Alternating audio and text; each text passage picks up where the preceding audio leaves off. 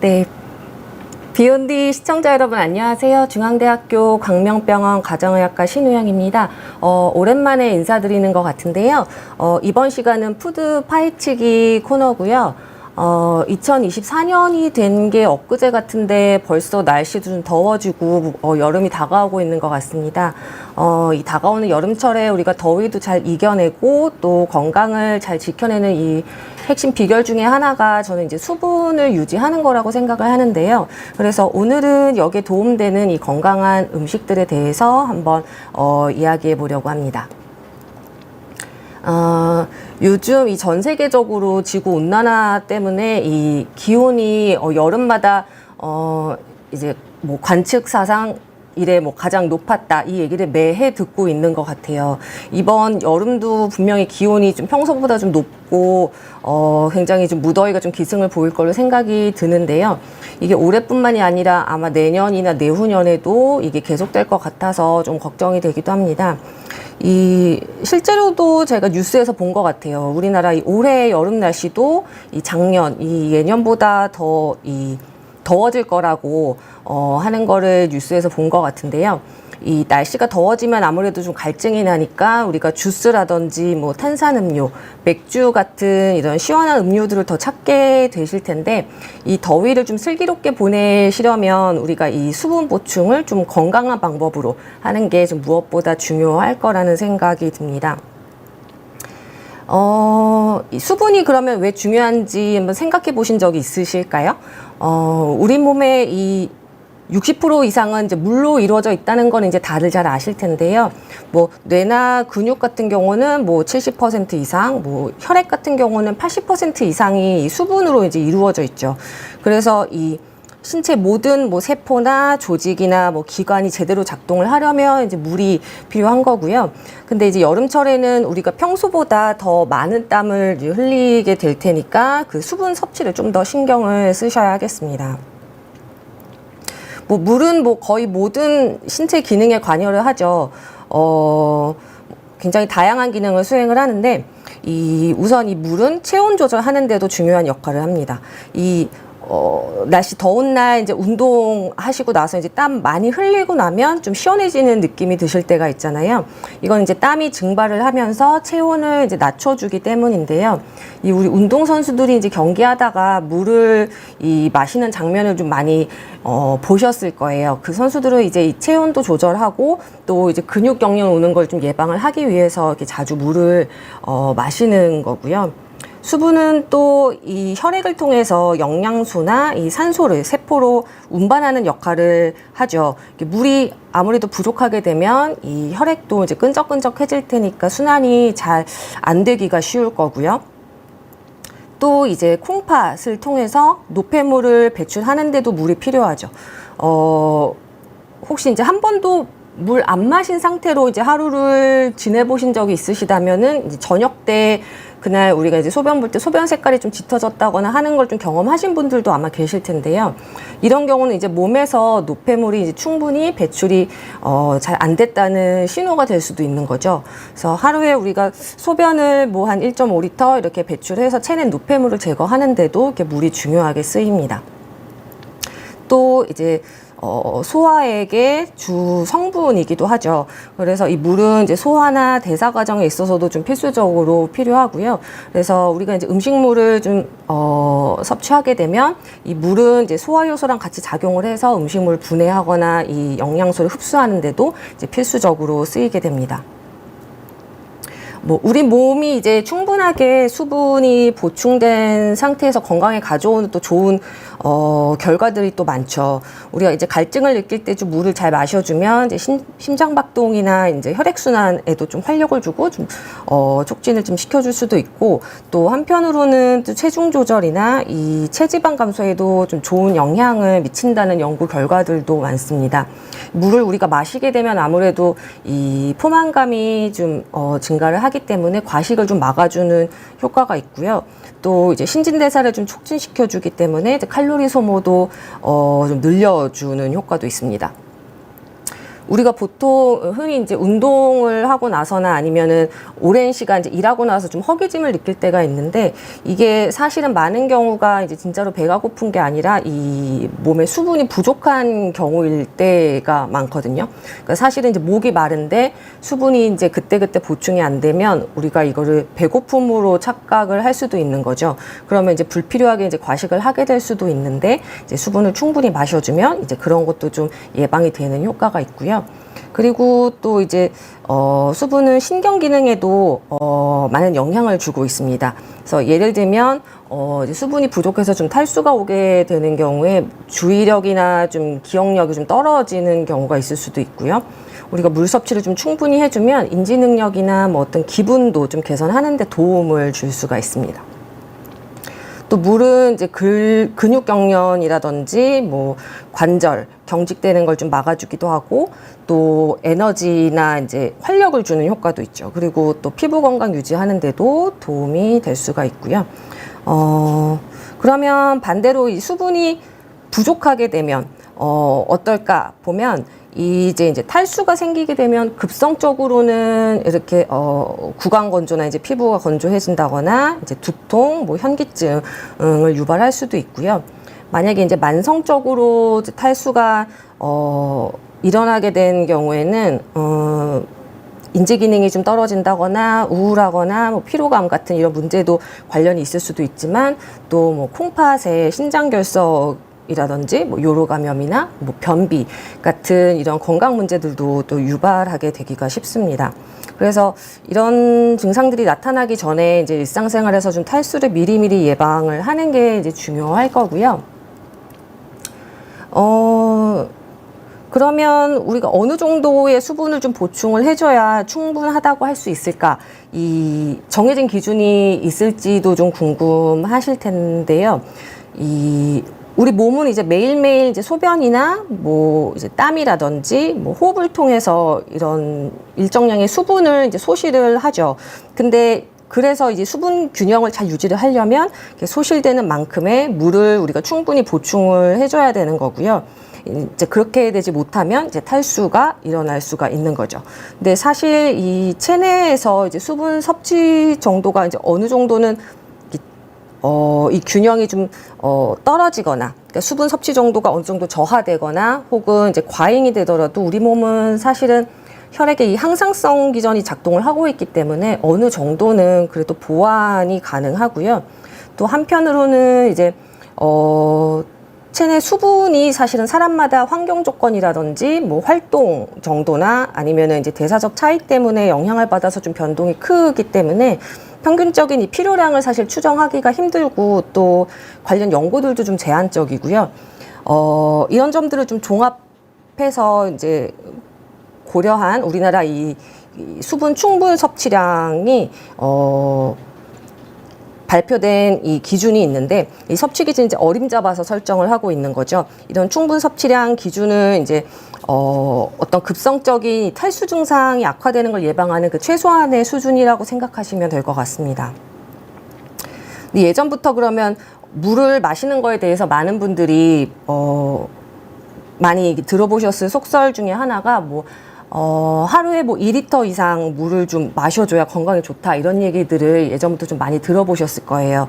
그 미국이나 외국 같은 데는 이거를 보통 언론이나 이런 데서 뭐라고 많이 이렇게 광고를 했냐면, 이 8잔, 그러니까 이제 미국 같은 곳은 이 액체 용량 단위를 밀리리터가 아니라 온즈를 많이 쓰거든요. 근데 이제 보통 물컵 한 컵이 한 8온즈, 그러니까는 밀리리터로 하면 한 240ml 정도 되는데, 뭐 8온즈짜리 이 컵으로 8잔을 마시는 게 이제 건강에 좋다라고 해서 미국이나 외국에서는 이제 이렇게 기억하기 쉽게 언론에서도 좀 많이 얘기가 나오고는 했었습니다.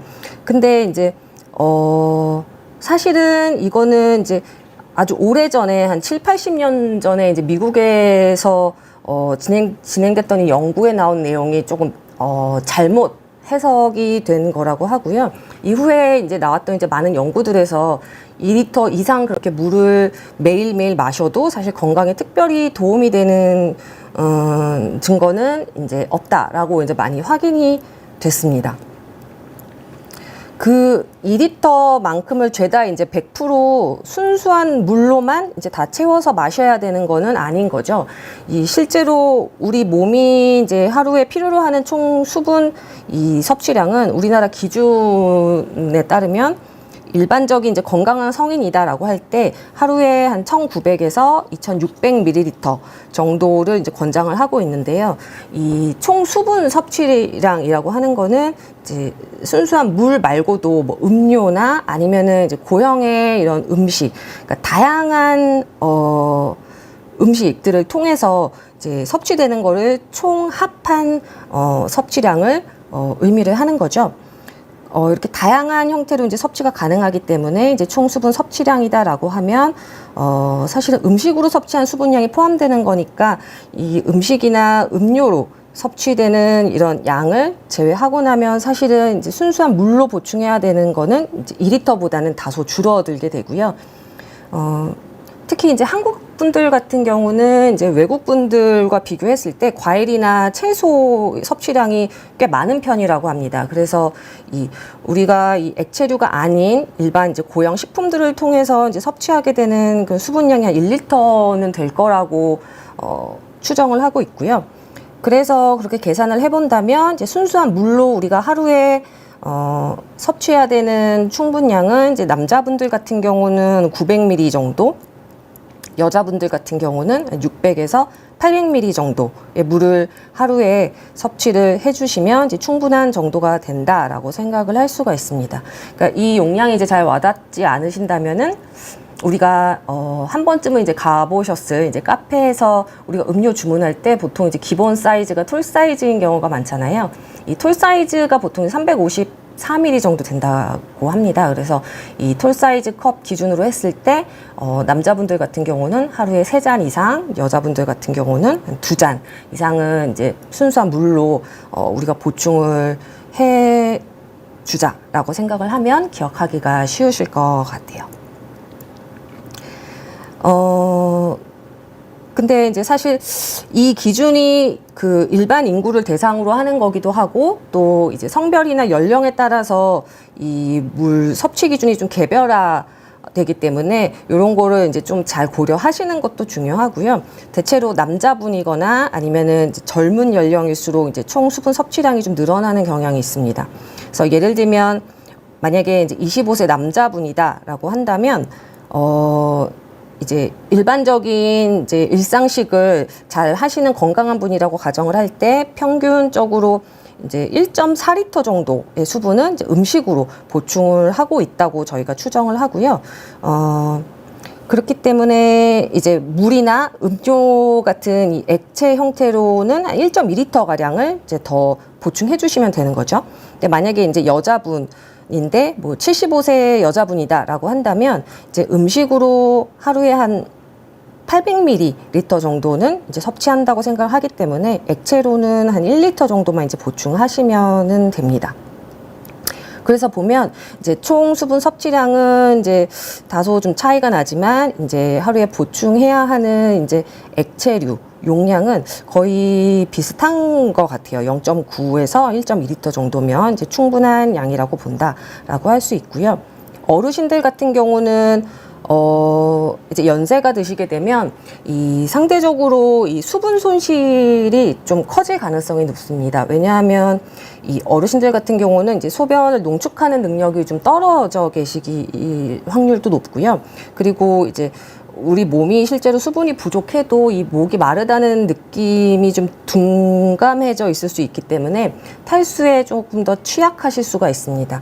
그래서 이 틈틈이 좀 조금씩 좀 자주 물을 마셔주시는 습관을 갖고 계시면 좋고요. 근데 이런 성별이나 연령만이 아니라 뭐 이 개개인의 활동 수준이나 뭐 그 환경 혹은 뭐 이제 뭐 건강 상태에 따라서도 이 섭취해야 되는 요구량이 좀 달라질 수가 있다는 점도 좀 고려가 돼야 되고요. 예를 들면 날씨가 덥거나 이제 운동을 많이 해서 좀 땀을 많이 흘린 상황에서는 더 이제 많은 물을 드시도록 해주셔야 되고, 만약에 이제 내가 열이 심하게 났거나 아니면은 뭐 구토, 설사 같은 이런 급성 위장염 증상이 있으셨을 때는 이 체액 손실량이 커지기 때문에 이제 수분 섭취 요구량도 이제 더 커진다고 생각을 하시면 되겠습니다. 뭐 그런 조건이 아니더라도 우리가 이제 개인의 평소 식습관에 따라서도 하루 이제 물 섭취 기준을 좀 다르게 생각하시면 되겠고요. 그러면 이제 수분의 상한 섭취량은 없는지 또 궁금하실 텐데요. 이 정상적인 식사를 하는 이제 건강한 사람이다라고 하면 수분을 이제 우리가 만성적으로 좀 과량을 섭취한다고 해도 사실은 이제 심각한 어떤 유해작용이 발생됐다라는 보고는 많지는 않습니다. 그래서 우리나라에서도 이 수분의 상한 섭취량을 설정하고 있지는 않고요. 아마도 이거는 이제 기온에 따라서 우리 몸이 수분 섭취량을 좀 조절하기도 하고, 또 이 섭취량에 맞춰서 또 이 수분의 배설량을 조절하는 능력을 갖고 있기 때문에 그렇지 않을까 생각이 듭니다. 그렇지만 이제 몇몇 질환을 갖고 계신 분들은 이 물 섭취를 조금 과하게 드시는 거는 조금 주의를 하실 필요가 있는 그 질환들이 몇 가지 있는데요. 예를 들면 이제 콩팥 신장 질환이나 아니면 이제 신부전 혹은 뭐 간경화가 있으시거나 아니면 뭐 갑상선 기능 저하증 같은 뭐 이런 질환들을 갖고 계신 분들은 수분 섭취를 좀 과하게 하시는 게 몸에 조금 더 안 좋은 영향을 끼치게 되기가 쉽기 때문에 이런 분들은 조금 수분을 좀 과하게 드시는 거는 조금 주의하실 필요가 있고, 주치의 선생님이랑도 좀 상의를 하실 필요가 있겠습니다. 그리고 사실은 이제 일부 사례가 보고된 경우는 좀 만성적으로 수분을 좀 과하게 섭취하시는 분들 중에 저나트륨 혈증이 좀 드물지 않게 발생하는 경우가 있습니다. 저나트륨 혈증이라는 거는 혈중의 나트륨, 그러니까 염분 농도가 좀 비정상적으로 옅어진 거죠. 그래서 만약에 이제 저나트륨 혈증이 발생하게 된다라고 하면 뭐 이제 붓는다던가 부종이 생긴다던가 아니면은 이제 근육이 약화되거나 뭐 신장의 손상으로까지 좀 이어질 수가 있고요. 그래서 수분 과잉으로 인해서 위험성이 일반적인 건강한 분들한테 높은 거는 아니지만 또 몇몇 이런 질환을 갖고 계신 분들 혹은 임산부나 이 어르신 같은 경우는 이제 체내 수분 균형에 더 민감하게 좀 취약하게 반응하실 수가 있기 때문에 좀 과잉 섭취하지 않도록 주의가 필요하겠습니다. 어쨌든 우리가 평소에 그래도 적절한 양의 수분을 좀 충분하게 보충할 수 있는 방법은 그래서 생각보다는 다양할 수가 있는데요. 사실은 그래도 가장 기본적이고 중요한 방법은 이제 순수한 물로 보충을 하시는 거라고 말씀을 드릴 수가 있을 것 같고요. 그래서 앞에서도 잠깐 말씀드렸지만 남자분들 같은 경우는 하루에 그래도 900ml 이상, 여자분들 같은 경우는 600에서 800ml 이상은 물로 섭취하시도록 하는 게 좋을 것 같습니다. 근데 우리가 보통 이제 주변 분들 보면 갈증 난다고 이렇게 음료수를 자주 들이키는 분들도 꽤 계신 것 같아요. 근데 이제 음료수는 우리가 이제 수분을 보충을 했다고 생각을 하지만 이 음료수 종류에 따라서 이 결과가 전혀 다르게 나타날 수도 있습니다. 이 경우에 따라서 이제 물 대신에 음료수를 드시게 되면 이 음료수에 혹시나 이제 당분 함량이 좀 높다거나 아니면 간혹 이제 카페인이나 알코올이 좀 과도하게 함유된 음료를 드시게 되면, 그러니까 과하게 드시게 되면 오히려 이제 이뇨작용이 생길 수 있기 때문에 수분 배출이 또 늘어날 수가 있죠. 그래서 오히려 좀 수분이 보충되는 게 아니라 오히려 더 부족하게 만드는 효과를 가져올 수도 있고요. 그리고 이제 사실은 이제 대부분의 음료수라는 게 그냥 순수한 이제 물만 들어있지 않잖아요. 뭐 당분이나 뭐 나트륨, 혹은 이제 카페인이나 뭐 알코올 같이 이런 것들이 이제 들어있기 때문에 이런 이 성분들은 사실 심혈관계 질환이나 비만 위험을 높이기도 쉽고 하죠. 그래서 되도록이면 이제 음료수보다는 이제 순수한 물 위주로 섭취하는 게 더 바람직하다고 생각이 들고요. 그래서 이 그림은 이제 그러면 우리가 수분 보충을 할 때 이 가장 좋은 음료는 우리가 어떻게 순위를 매겨볼 수 있을까라고 할 때 역시나 이제 물, 순수한 물 혹은 이제 보리차로도 대체하실 수도 있고요. 이런 순수한 물이나 보리차가 제 1순위라고 할 수 있을 것 같아요. 그리고 2단계, 2순위죠. 2순위로는 이제 칼로리나 인공 감미료가 포함되어 있지 않은 음료를 이제 2순위로 제가 여기에 매겼는데요. 사실은 이제 이 1순위와 2순위 사이에 1.5순위라고 한다면 이제 칼로리나 인공 감미료도 포함되어 있지 않으면서 카페인도 없는 음료를 1.5순위라고 할 수 있을 것 같습니다. 그래서 예를 들면 뭐 탄산수, 그러니까 당이 포함되어 있지 않은 무가당 이제 탄산수 같은 경우는 그래도 물을 대체해서 제일 고려해 볼 수 있는 그런 음료 종류라고 할 수 있을 것 같고요. 혹은 이제 카페인이 들어있지 않은 디카페인 커피나 아니면은 이제 천연 디카페인 차 있죠. 뭐 녹차라든지 뭐 우롱차나 뭐 홍차나 뭐 허브티 같은 이러한 차 종류들 이런 게 이제 1.5순위에 해당될 수 있을 것 같습니다. 그 다음 2단계가 이제 칼로리나 인공 감미료도 들어있지 않은 음료가 해당이 되고요. 이런 것들은 뭐가 있을까요? 커피 뭐 적정량, 일정량의 이제 카페인이 들어있는 커피나 혹은 이제 뭐 녹차, 뭐 홍차 같은 이런 차 종류들을 2단계로 들 수 있을 것 같고요. 카페인이 물론 이제 이뇨작용이 있기는 한데 사실은 이제 하루에 한두 잔 정도 마시는 이제 커피에는 사실은 그렇게 탈수를 일으킬 정도의 이뇨작용을 일으키지는 않는다고 생각을 하거든요. 간혹 이제 커피는 이제 오히려 탈수 일으킬 수 있다라고 얘기를 하기도 하는데 보통은 뭐 아이스 아메리카노 한 잔에 보통 카페인이 한 150ml 정도 들어있다고 하거든요. 근데 우리나라는 이제 카페인 이 적정 이 섭취량을 하루 400ml 정도로 제한을 두고 있습니다. 그러니까는 한두 잔 정도는 이제 커피로 드시는 거는 그래도 어느 정도는 수분 보충의 효과는 있다라고 볼 수가 있고요. 그렇지만 이제 그런 거는 주의하셔야 되겠죠. 이 커피에 뭐 그 시럽이라든지 뭐 휘핑크림이나 뭐 설탕 같은 거 더 타드시는 거는 사실은 이제 영양가 면에서는 좋지는 않기 때문에 그런 거는 좀 주의가 필요하시겠고요.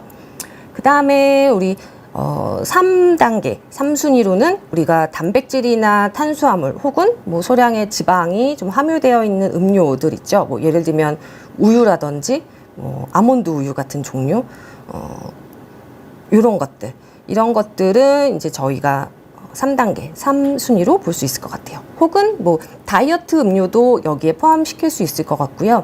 그러니까는 흔히 우리 그 제로 칼로리의 그 인공 감미료가 포함된 그런 음료들 있죠. 혹은 천연 감미료가 포함된 그런 다이어트 음료들, 그런 음료들은 그나마 3단계로 권장드려 볼 수 있을 것 같습니다.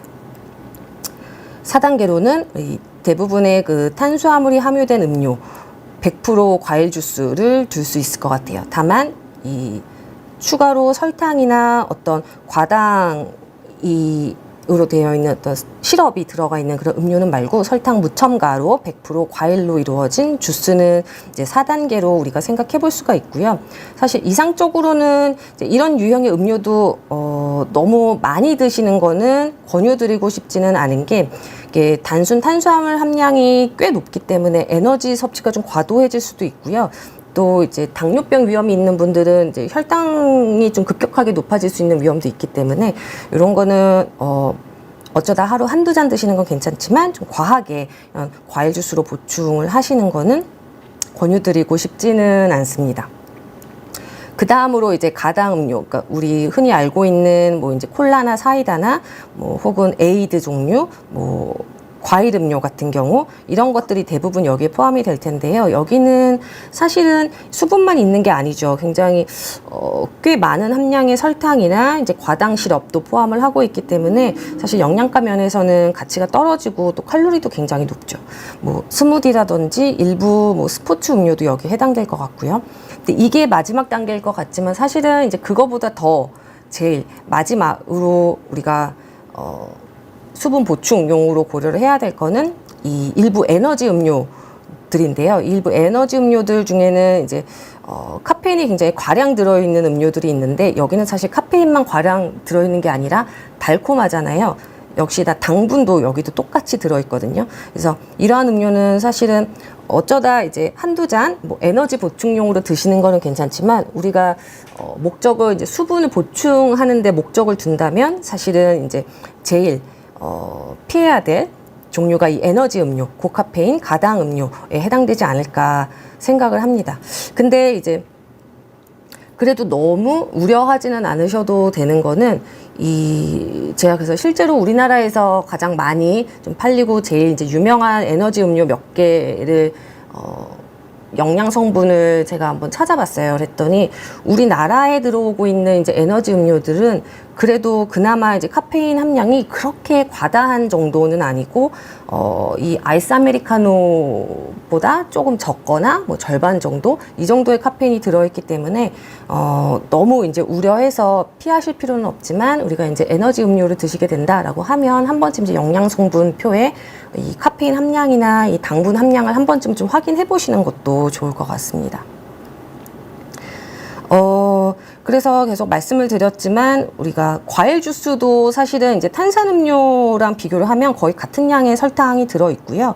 뭐 에너지 드링크나 뭐 비타민 워터조차도 사실은 이제 대부분 설탕이 함유가 되어 있죠. 이온 음료 같은 경우도 꽤 많은 양의 당분이나 나트륨이 들어가 있고요. 근데 이온 음료는 사실 그래도 우리가 꽤 고강도의 운동을 한 다음에는 아무래도 당이 좀 많이 소비가 된 상태일 거기 때문에 그럴 때는 이제 약간의 이온 음료를 드시는 게 그래도 이제 장시간 고강도 운동을 하신 후다라고 하면은 그래도 일정 부분 도움이 될 거라고 생각은 듭니다.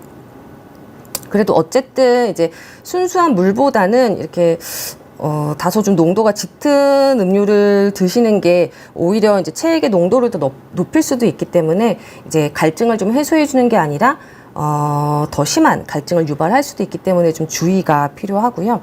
이 대부분의 가공 음료가 사실은 이제 설탕이나 나트륨 같은 이런 첨가물질을 같이 가지고 있기 때문에 과다하게 드시면 이제 심혈관계 질환이라든지 비만이나 이런 위험이 높아질 수 있어서 항상 주의를 하셔야 되고, 그러니까 여기서 제가 말씀드리고 싶은 사실 가장 중요한 메시지는 이제 음료가 오히려 해를 끼칠 수 있다라는 거죠. 그러니까 보통 일반적인 이제 건강한 분들이 사실은 이제 탈수로 인해서 당장 이렇게 심각한 이제 위험에 처하는 상황까지 가는 경우는 많지는 않기 때문에 오히려 이러한 가공 음료들을 좀 과다하게 섭취하심으로 인해서 생길 수 있는 이런 위험도 좀 고려를 하시는 게 필요하겠다라는 말씀을 드리고 싶었고요. 그래서 이 물이나 음료만이 아니라 앞에서도 말씀드렸던 것처럼 이러한 고형의 음식들로도 수분을 보충을 할 수가 있는 거죠. 사실 대부분의 식품에는 수분이 함유가 되어 있어서 이 대부분의 식품이나 음식으로도 우리가 수분이 보충될 수가 있고요. 이 다른 나라들 연구에서 보면 보통 이 고형 음식만으로 이제 수분 섭취하는 비율이 뭐 미국이나 여러 유럽 국가들은 대개 한 20-30% 정도, 그러니까 총 수분 필요량의 한 20-30% 정도를 이제 고형의 음식에서 보충을 하고 있는데 우리나라는 비교적 좀 과일이나 채소 섭취량이 많은 편이라고 합니다. 그래서 거의 절반 가까운 뭐 1리터 이상은 이제 고형의 식품을 통해서 수분 섭취를 하고 계신다고 하고요. 특히 이제 식품 중에서는 이 채소나 과일이 특히 수분 함량이 높아서 이제 수분 보충하시는데 유용할 수가 있습니다. 그래서 이제 저희 제목에서 보셨던 것처럼 이 더워지는 날씨에 우리가 수분 보충에 좋은 그런 이제 고형 음식들 종류를 이제 소개해 드려 보려고 하는데요. 사실은 많은 음식들이 있지만 이제 특히 과일이나 채소가 이 수분 함량이 높은 편이고 이런 음식을 섭취하는 게 이제 수분 상태를 좀 좋게 유지하는 데도 도움이 되지만 특히 이제 이런 음식으로 수분 섭취하게 되면 좋은 점은 그러니까 단순히 이제 물을 마시는 것보다 이제 더 많은 다양한 이제 영양소를 함께 섭취할 수 있는 그런 장점이 있는 거죠.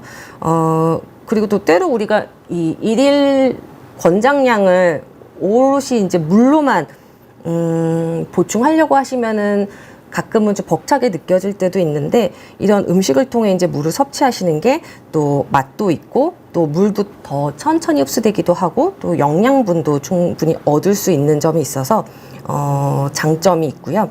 이 과일이나 채소 중에서도 이 수분 함량이 한 85% 이상은 되는 이런 과일이나 채소를 선택하시면 더 이제 효과적으로 이 수분을 보충하실 수 있을 거라고 생각이 듭니다.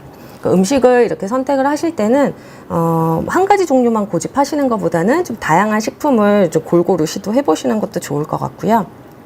첫 번째는 오이인데요. 오이는 거의 한 수분이 96% 정도를 차지를 하고 있어서 이 고형의 식품들 중에서는 가장 높은 이런 수분 함량을 갖고 있는 식품 중에 하나인 것 같아요. 그래서 오이는 칼로리도 비교적 낮고 여러 비타민 B나 비타민 C 그리고 여러 미네랄들도 같이 이제 함유를 하고 있기 때문에 가장 추천드리고 싶은 또 음식 중에 하나고요. 두 번째는 이제 토마토죠. 토마토도 거의 94% 이상이 이제 수분으로 이루어져 있고, 이 토마토에도 역시 이제 여러 비타민, 그리고 칼륨 같은 이제 미네랄이나 이제 베타카로틴 같은 이런 좋은 영양 성분도 많이 가지고 있고, 그리고 토마토에는 우리 굉장히 강한 항산화 성분이죠. 라이코펜이라고 하는 물질도 다량 함유하고 있어서 항염작용이라든지 이제 항암작용, 이런 항산화 효과도 좀 얻을 수가 있는 좋은 식품이라고 생각을 합니다.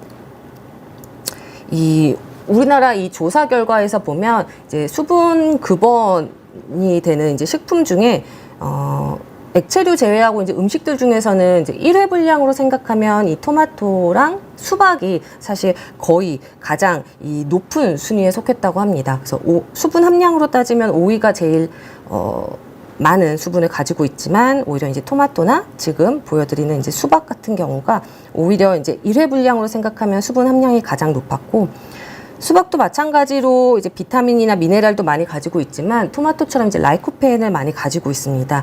이 붉은색을 띠는 이런 과일이나 채소가 라이코펜을 갖고 있을 가능성이 높은데요. 그래서 똑같이 우리 몸에 좋은 어떤 항산화 효과, 세포 손상을 방지한다거나, 심혈관 질환 위험을 좀 감소시킨다거나 그런 효과가 많고, 그리고 수박 같은 경우는 이제 달콤한 맛을 띄는 거에 비해서 칼로리가 비교적 낮죠. 섬유질도 많이 가지고 있고, 그래서 좋은 음식이기는 한데, 이제 조금 주의하실 부분은 이제 당뇨병 환자분들 같은 경우는 수박은 비교적 이제 혈당 지수가 높은 편이기 때문에 너무 이제 많은 양을 드시는 것보다는 몇 조각 정도 이렇게 드시는 거를 조금 권유드리고 싶고요. 차라리 이제 방금 전 말씀드렸던 토마토나 혹은 이런 딸기, 혹은 사과 같은 게 이제 혈당 지수도 비교적 낮기 때문에 이제 당뇨병이 있으신 분들은 그런 과일이나 채소 위주로 좀 섭취를 해주시면 좋을 것 같습니다. 딸기도 역시 91% 수분을 가지고 있다고 하고요. 비타민 C, 식이섬유, 망간 같은 이런 무기질도 많이 가지고 있고, 역시 항산화 물질도 다양한 항산화 물질도 많이 가지고 있어서 몸에도 좋고 칼로리도 낮고 또 수분 함량도 높기 때문에 역시 권유드리고 싶은 음식 중에 하나고요.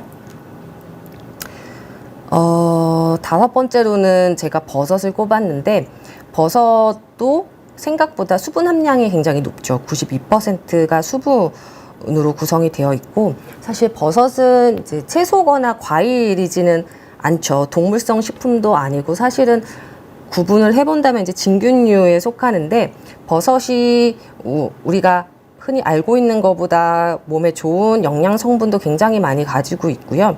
수분 함량도 생각보다 굉장히 높고요. 특히 이제 버섯에는 이제 비타민 D를 함유하고 있기 때문에 우리가 이제 뼈 건강을 생각을 한다면 이제 버섯도 많이 이제 드셔보시는 것도 좋을 거라고 생각이 듭니다.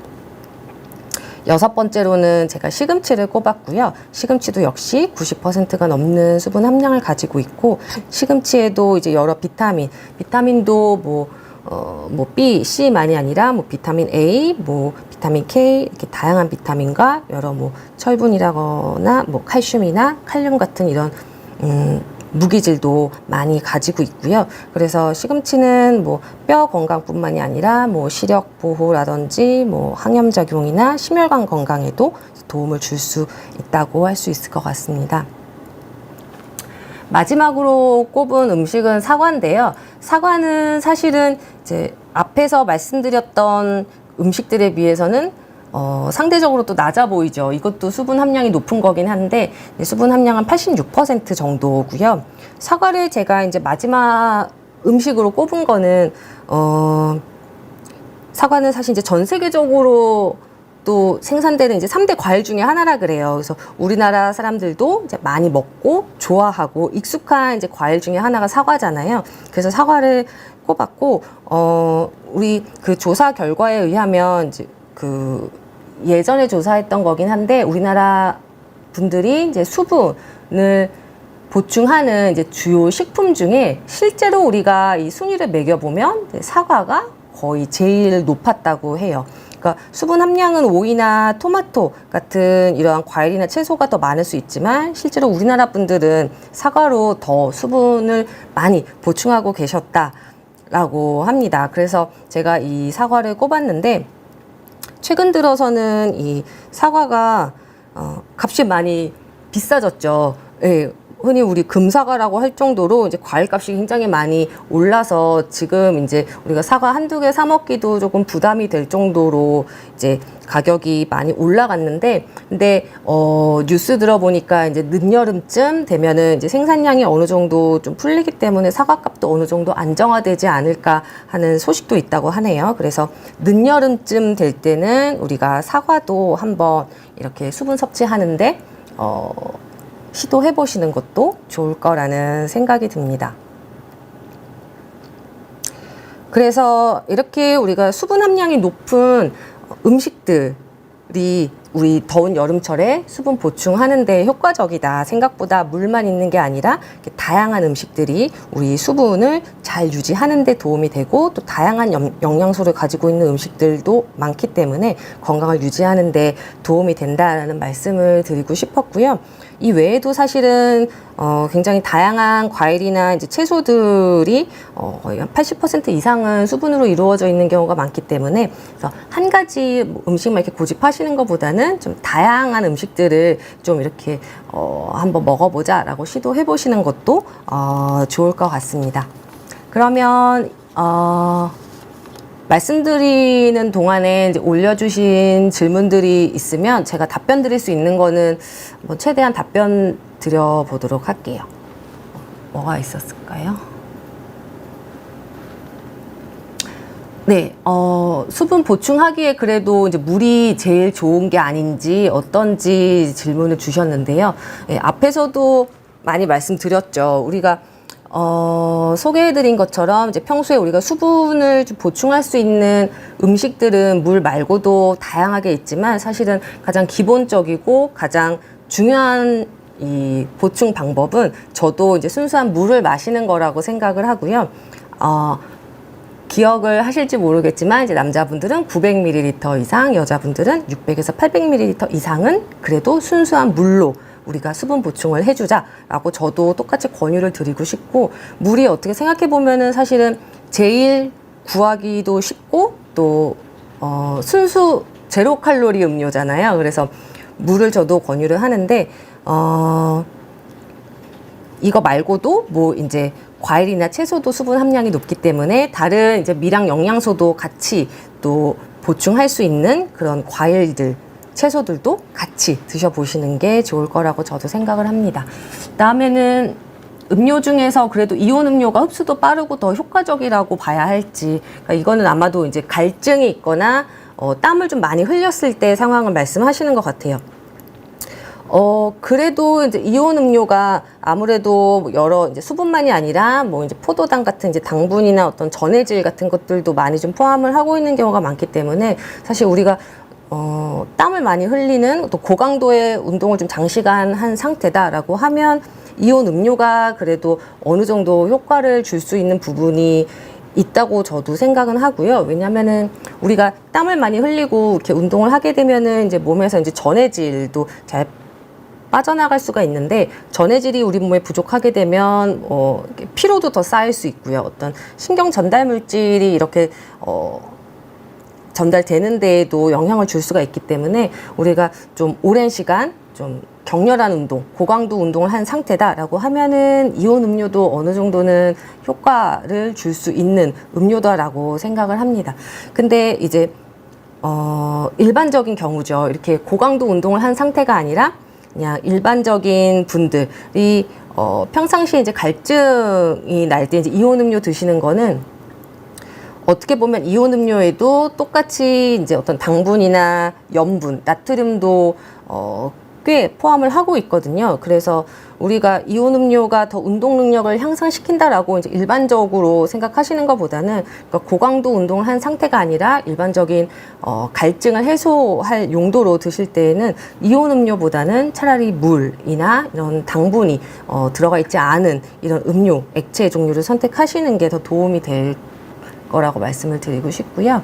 그다음에 물을 하루에 2리터 이상은 마셔야 좋다라고 유나님께서도 들어보셨던 것 같아요. 그쵸? 이제 물을 앞에서도 설명을 드렸지만 이제 2리터 이상을 다 순수한 물로만 드셔야 되는 거는 아니고, 그래도 뭐 600에서 900ml 이상은 그래도 물로 보충을 하시는 게 좋은데, 이것도 사실은 그쵸, 어려워하시고 물을 이렇게 많이 드시는 거를 힘들어하시는 분들이 꽤 계세요. 그리고 물이 사실은 아무 맛도 안 나고 싱겁기 때문에 이 맛을 그렇게 한두 잔 마시는 건 괜찮은데 뭐 이렇게 여러 잔 드시는 걸 생각보다 힘들어하시는 분들도 많은데요. 물이 아니라 이제 보리차로 대체하셔도 좋고요. 사실 보리차도 거의 물과 같다고 봐도 될 거라고 생각을 하거든요. 그래서 보리차로 대체하셔도 좋고, 혹은 이제 그래도 나는 물을 좀 많이 마시고 싶다라고 생각을 하신다면 뭐 예를 들면 뭐 레몬이라든지 아니면 과일 조각 같은 거를 조금 이렇게 같이 이렇게 첨가를 하셔서 그런 물을 드시면 그래도 조금 목 넘김이 좀 더 시원하기도 하고 좀 더 이제 물을 더 잘 드실 수 있는 그런 방법이 될 것 같아요. 네, 보면 이제 보통 요새 분들이 또 특히 물 마시는 거를 별로 좋아하지 않는 분들이 많은 것 같아요. 생각을 해보면 우리가 이제 최근 들어서는 다들 이제 단맛에 좀 많이 익숙해져 있는 경우가 많고요. 그래서 이 생각보다 좀 높은 수준의 설탕이 들어가 있어야지 그거에 조금 익숙해 하시고 더 잘 드시는 경우가 많아서, 이렇게 차츰 이 입맛도 노력하면 변하거든요. 그래서 차츰차츰 좀 싱거운 맛, 설탕이 좀 덜 들어가 있는 맛에도 좀 익숙해질 수 있도록 좀 하시는 것도 좋을 것 같다는 생각을 합니다. 네, 몽이33님은 평소에 탄산을 좋아하셔서 목마를 때 이 탄산수를 즐겨 드시는데 탄산이 특별히 몸에 해로운 점은 없는지를 물어보셨어요. 제가 앞에서도 이제 물이나 보리차 다음으로 사실은 이제 탄산수를 이 물을 대체할 수 있는 그런 수분 보충용으로 좀 권유드리기는 했는데요. 탄산수가 탄산 음료랑은 다르죠. 그 탄산 음료에는 이제 당분도 많이 들어가 있고 하지만 이제 탄산수는 이제 순수하게 이제 물에 탄산이 들어가 있는 건데, 예전에는 이제 탄산수가 아무래도 말 그대로 물은 중성이지만 탄산수는 탄산이 들어간 거라서 비교적 산성이거든요. 그래서 이 탄산수를 마시게 되면 뭐 치아에 안 좋다거나 뼈에 안 좋다라고 하시는 경우도 있었는데, 네, 사실은 이제 연구마다 결과가 조금씩 다르기는 하지만 대부분의 이제 많은 연구들은 사실은 이제 탄산수 자체는 치아나 이제 뼈 건강에 이렇게 심각한 해를 끼치는 결과는 이제 확인된 바는 거의 없고요. 사실 이제 탄산수보다는 탄산 음료가 더 몸에 해로운 경우가 많죠. 뭐 이렇게 설탕이나 어떤 시럽, 감미료가 많이 들어가 있기 때문에 이런 것들이 오히려 충치나 이런 거에 더 영향을 줄 수 있을 것 같고요. 조금 주의할 거는 이제 탄산수에 들어있는 탄산이 사실은 이제 평소에 뭐 과민성 대장증후군이 있거나 하는 분들은 좀 더 이런 증상들, 그러니까 복부 팽만감이나 이런 증상들을 조금 악화시킬 수 있는 여지는 있을 거기 때문에 이런 분들은 조금 주의하시는 게 좋을 것 같습니다. 또 식사 중에 물 먹는 게 안 좋단 말도 있는데 식사랑 따로 물을 먹는 게 좋은지도 물어보셨는데요. 이거는 사실 정설은 아직 없는 것 같아요. 어떤 분들은 이제 식사 전에 물을 미리 마시면 뭐 위산 분비가 촉진돼서 안 좋을 수 있다라고 하시는 분도 있고, 또 식사 중이나 이렇게 식사 직후에 물 마시면은 이제 소화 효소가 좀 희석되기 때문에 이제 소화 기능을 제대로 못한다, 이제 소화 기능이 이제 떨어진다라고 말씀하시는 분도 있는데요. 근데 사실은 이제 우리가 평상시에 마시는 물 정도의 양은 이렇게 위산이 분비되도록 이제 자극시키거나 뭐 소화가 안 되게 할 정도의 그 정도의 양은 아니기 때문에 소화가 그렇게 지장을 받을 거라는 생각은 들지는 않고요. 적정량 섭취하시는 물은 뭐 식사 전에 드시든 뭐 식사 중이나 직후에 드시든 크게 영향은 없을 거라고 생각은 하는데, 사실은 이 소화가 방해받는지 이런 여부에 대해서는 정확한 정설은 아직은 없는 것 같습니다.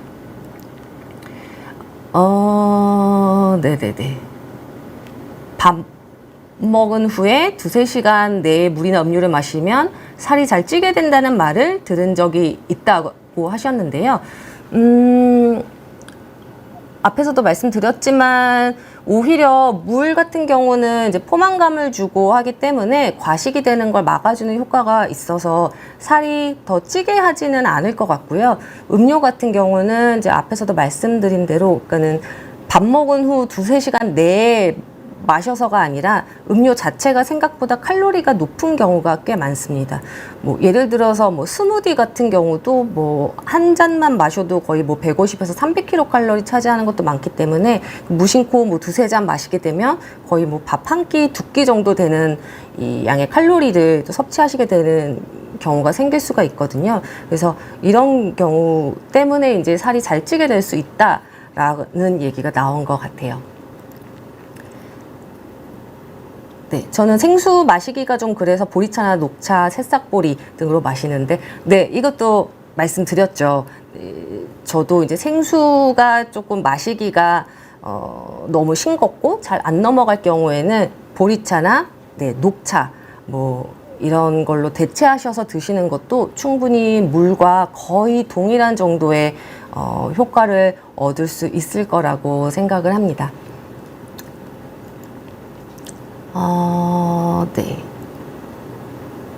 네, 탄산수만 마시면 설사하는 것 같아요 라고 네, 그래서 과민성 장증후군이 있으신 분들은 조금 복부 팽만은 조금 악화시킬 여지도 있는 것 같아요. 그래서 이런 거는 좀 주의하시면 좋을 것 같고요. 하루 2리터 정도 콜라로 수분 섭취하면 문제가 많이 생기는지도 궁금하다고 하셨는데, 마찬가지죠. 계속 말씀드렸지만 2리터 정도 콜라는 너무 많은 것 같은데요. 콜라 자체가 사실은 탄산음료를 사실 한두 캔 정도 마시는 거는 뭐 생각보다 칼로리 섭취가 그렇게 크지 않을 수는 있는데 2리터 정도는 이제 그 칼로리 섭취도 굉장히 올라갈 거고요. 그리고 콜라를 이제 드시는 습관을 갖고 계신 분들은 이게 이제 단맛에 굉장히 좀 익숙해져 있고 길들여져 있는 경우가 많아서 나중에도 이제 탄산음료나 다른 당분이 들어있는 그런 음식을 꼭 드셔야지만 만족하시게 되는 그런 식습관이 생기시게 되는 경우가 굉장히 많습니다. 그래서 아까도 말씀드렸지만 좀 우리가 입맛을 그래도 너무 단 음식만 찾는 것보다는 조금 더 싱겁게 당분이 안 들어가 있는 그런 음료나 음식에 좀 적응해 보시는 게 훨씬 건강에는 유익할 걸로 생각이 들고요. 네, 시간이 다 돼서 마무리를 해야 될 것 같습니다. 오늘은 그래서 이 다가오는 여름철에 더위를 좀 잘 이겨내고 건강을 좀 잘 유지할 수 있는 그런 수분 섭취에 대해서 말씀을 드려봤는데요.